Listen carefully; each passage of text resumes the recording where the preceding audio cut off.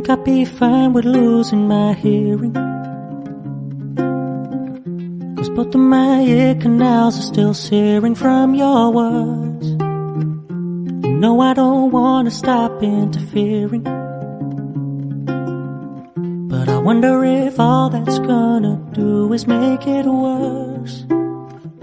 I think I'd be wrong to blame it all on you.